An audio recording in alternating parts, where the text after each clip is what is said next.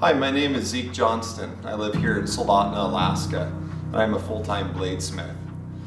I started bladesmithing about 16 years ago at the age of 18. It was a hobby of mine for a long time that I was very passionate about, and a little bit over a year ago I went full-time as a bladesmith. Here at my business I offer primarily custom work. That includes fighting knives, fillet knives, everyday carry knives, and skinning knives. And then occasionally I do a very custom piece for a customer that is sometimes a drawing that they've come up with, or it's a collaboration between myself and the customer. The motto of my business is high performance blades, and it's more to me than just a motto. It's actually the standard that I hold myself and my work to. So when I go to build a knife, I ask myself, what's the purpose of this blade? And then I design it and I build it from that point forward. This plays into the grind of the knife, the heat treat of the knife, the handle material that's to be used, and sometimes even the steel type that I'm going to be using. The process of building a knife is generally the same, depending on what knife I'm building. It starts with the process of forging, which is essentially taking raw steel and shaping it with fire and hammers. One of the most important tools in my shop is my MZ75 power hammer. It does a lot of the heavy lifting for me, and coupling that with hand hammers, I'm able to move the steel into the general shape that the knife is going to be. At that point, I move on to the grinding phase. The grinding phase of knife making is really important.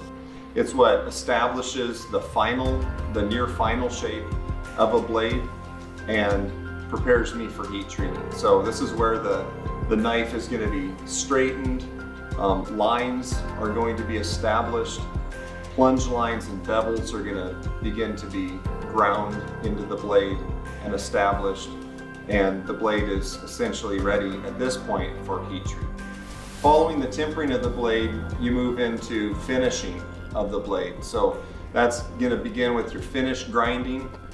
After I go through several different grits of grinding belts to make the blade go from this rough ground finish to a beautiful, near perfectly ground blade, and it's then ready for the etch. So I acid etch all of my knives. The reason for that is it serves two purposes.